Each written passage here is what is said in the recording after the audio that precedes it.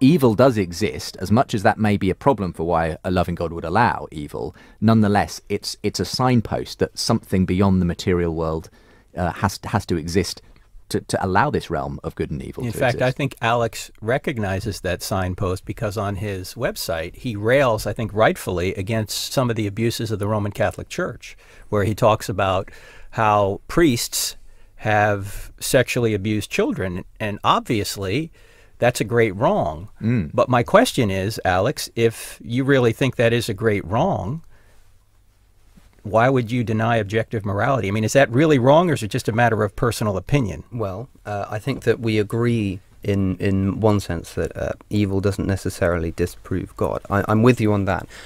What I would say is to answer your question, objectively, no. It is a subjective thing. Morality, to me, is entirely subjective. Why do you say that? Well, because, firstly, a thing to note is that objective morality... Well, let's talk about what objective actually means, I suppose. Objectivity, to me, if you want my definition, would be to say that it is true regardless of human intervention, regardless of human consciousness. For instance, the Earth orbits the Sun. That would be true if all humans disappeared, right? Every single one of them. It would still be an objective fact. But to say that murder is wrong, if every human disappeared, that couldn't still be wrong, surely. That would be a nonsense concept without some kind of human psychology. The only way that you could argue that perhaps it would still be wrong is if there was some kind of transcendent being. But then you need to have that being in order to prove the existence of the objective morality that you're then using to prove the God. So what we're doing is we're reasoning from effect to cause, that we have this effect known as this moral law that is pressing on us. As you admitted in the video, and let me just quote you accurately on this, because in the video, you said this. You said moral truths are so deeply ingrained in us that they feel like they are objective. Yes. Right? Okay. So my question is, why would you doubt they're objective if they're so deeply ingrained in us? Well, because this is where I think Sam Harris is right, in the sense that if you have certain assumptions, so let's say that we could assume that human well-being was a good thing.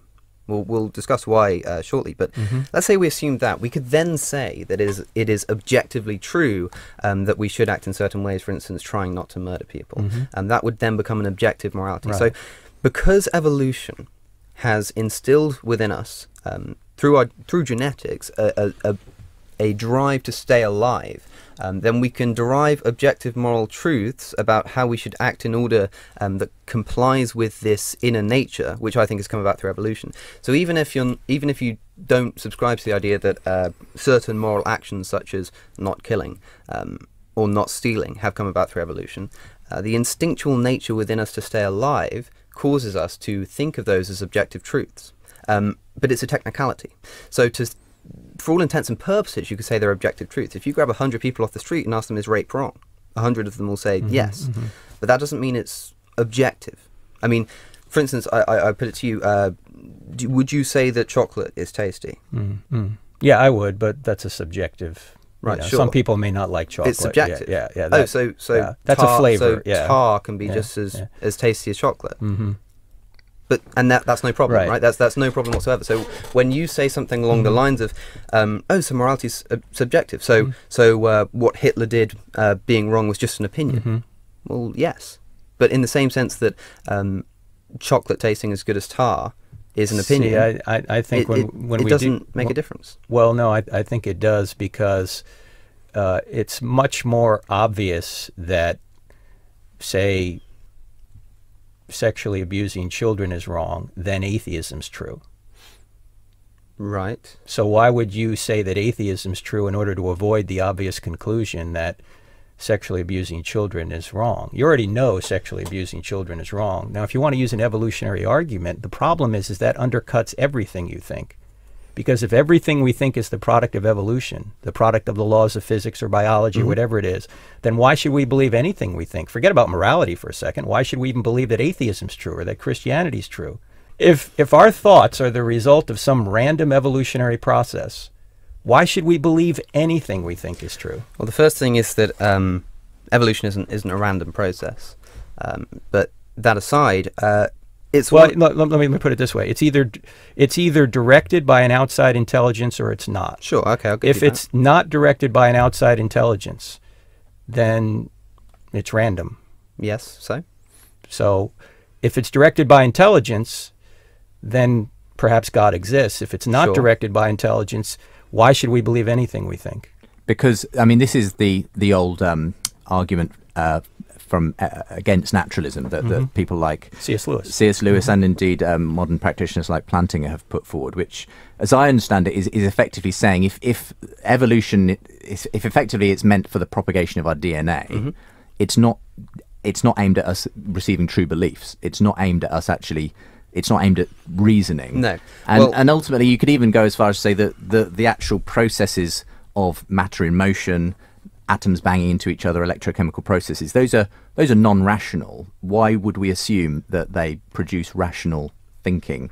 Because ultimately, I mean, and your argument here, I guess, Frank, is it undercuts the whole project. It's this idea. Of It's almost sort of existential. You know, why should we believe anything if there's no guidance? To me, it's like asking the question, like you said earlier, about, you know, how do we know that we even exist, or that the universe wasn't created last Thursday? For me, it's somewhat based on consensus. It doesn't prove it's true, but reason is one of those things that we need to assume in order to get anywhere. In the same sense, we need to assume that we exist in order to have a philosophical discussion. No, that's a very wise point. I agree with you. The question is, how do we explain reason on a naturalistic worldview? Well, reason and consciousness can be explained as coming about through evolution. The way in which we sense the world. But let's stop there for just a second, though, Alex. If that's the case, why should we trust it? Oh, well, we don't necessarily have to. Again, it's a subjective thing. But every single person. But that would mean reason's subjective. Yes, well, it is. Well, if reason is subjective, then if reason's not subjective, then how do you and I come to different conclusions both using reason? Because we have free will. If reason's subjective, we couldn't even communicate. If there weren't these objective, unchanging laws of logic. Well, yes, there are objective rules and tenets of reason, but reason itself is subjective. In the same way that morality, you can say under certain assumptions there are objective truths about morality. If you have a certain assumption about reason, then yes, there are objective tenets. Well, that's what I mean. These immaterial laws of logic that aren't made of molecules. How do we explain those on a naturalistic worldview? How do you mean? How do we explain? Why are there laws of logic? Why are there laws of mathematics? They're a product of consciousness. And laws of mathematics are not a thing in themselves, but rather a way to explain the universe. So the laws of mathematics would not exist without human beings, so they are subjective. But the things that they describe would. Oh, no, hold on. So when you talk about logic, when you talk about reason, these things aren't ends, they're means. They're means to understanding certain things. So we use reason to understand that the Earth goes around the sun. We use the laws of maths to understand how that happens. But you just said the laws of mathematics are human conceptions, basically. Yes, it's a language. Well, let me ask you this. Let's say there were no human beings on the Earth and there were just two rocks on the Earth. Was it true there were just two rocks on the Earth? Well, it depends what you mean by two. I mean, sure, like if in the everyday sense of the word. This is where things get confusing, because, for instance, I suppose what you're asking is something similar to the question of, does 2 + 2 still equal 4 if there are no humans? And to me, the case is you have to think about what you're describing when you say 2 + 2. So, for instance, if you're saying if there were 2 rocks and you added 2 more rocks, would there be 4 rocks? Absolutely. But to say that 2 + 2 = 4 is like is a good way to bring in the idea that mathematics is a language, because in the same way that I can say... But it's not an arbitrary language. Well, it is. In fact, language itself is based on mathematics, and that's not arbitrary. I'd say it's absolutely arbitrary.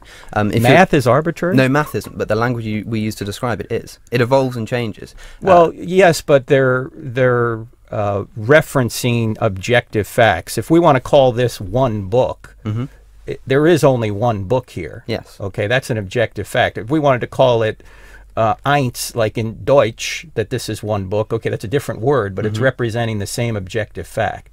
And if we're going to say that reasoning is objective, then there's no way we can come to any conclusions about anything. If we're going to say reason is subjective, then there's no way we can come to any conclusions about anything. But that's self-defeating, because when I say that, I'm making a truth claim that if reason is subjective, then we can't come to any true conclusions about anything. That actually is an objective truth claim. Well, I would say that even with something as objective as maths, there are subjective ways in which to understand it, the language we use, even though it seems that it wouldn't be the case. For instance, if you want to find the roots of a quadratic equation, you can do it by using the quadratic formula, you can do it by expanding the brackets, and you get to the same answer. But the reason you're using to get there is subjective. So the answer is a fact of nature, it's true. That would still be the answer even if humans didn't exist. But the language we use to get there, and the reason that we use to get there, wouldn't. Sure. This can be arbitrary, but it's still tethered to objective facts. It's ultimately tethered to an objective ontology. If they weren't tethered ontologically, if they weren't tethered to reality, there'd be no way we could know anything about reality. You're making the claim that this realm exists that we call the laws of logic and so on, and that it really is something that we discover in that sense. It's an element of the reality we live in. We don't determine them, we discover them. Exactly. Yeah. Whereas you're making the case, obviously, Alex, that reason is not something we discover. Produce. It's something we invent because it helps us. But you see, that's an objective truth claim right there. That's why it's self-defeating. Alex is saying it's objectively true that reason is subjective. And the same applies to the moral argument as well, which is you're saying there's this realm of real, right and wrong, good and evil. And you're saying, no, these are just concepts we invent. We don't discover them, but we invent them. And I know many people part of whose journey to belief in God has been based on the fact that they came to the view that there really is a realm of right and wrong that I discover. I no longer believe that it's all subjective. And obviously others who take your view as well, Alex, because ultimately I believe in objective moral good and evil, because for me, I see that as I see racism is wrong is the same as 1 + 1 = 2. But you say no, that racism doesn't exist when humans don't exist. I agree with you that I see it as the same. To me, they are both as instinctual. But that 1 + 1 = 2 is, again, it's a mathematical language, but if you're talking in the literal sense that one thing and another thing equals two things, then yes, that is objectively true. But to say that racism is wrong, although it feels just as instinctively true, it doesn't have the same objective grounding in reality. Say you were living a few hundred years ago in the American South, and maybe racism is kind of just part of the culture. That's the accepted way of things, at least within the white population, let's say. Because that's the generally accepted de facto, way of people thinking about it, would that mean racism is okay in that culture? Because that's... Well, it's a difficult question. Okay, pretty funny ending to the clip there, but I want to kind of just break down really the substance of that conversation. It's actually very simple, even though they went back and forth a number of times. There really are two options. Either morality has been given to us from above by God, in which case it is objective, or, so that's the top-down method of morality, which is the objective moral understanding. Or morality has kind of evolved from the bottom up, and society has decided that murder is wrong. Society has decided A, B, and C. But if it is just from the bottom up, then it will always be subjective. You can't have something that is just a byproduct of time and matter and chance and biology and utility and Darwinian theory and all these things.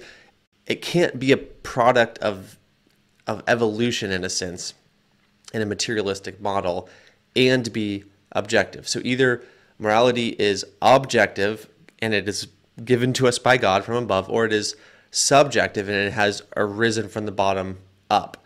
In the same way that 2 + 2 = 4, whether or not a particular society agrees, if there's a society that says that it's 3 and a society that says that it's 5, it's still 4. It's objectively 4. It's ultimately 4. And this is the same thing with morality. If Hitler took over the world and convinced the majority of people that Jews are animals, and if everybody came to agree on that they have no value, that they don't have human rights, and that the Holocaust is a morally justifiable event in history, it would still be a heinous evil, even if 100% of people were convinced to the contrary. So morality is objective, and we know this at the deepest level. So then finally, because morality is objective, and because objective morality requires there to be a moral lawgiver, it follows logically that there is a moral lawgiver. that there is actually a God. And I would love to hear, I know people in the comments, I'm expecting it, I'm anticipating it. People are going to have, I think, some disagreements with that. And so I welcome those. I want to hear those. I've seen those in other videos, but I haven't really effectively seen anybody actually dismantle that core, basically, syllogism.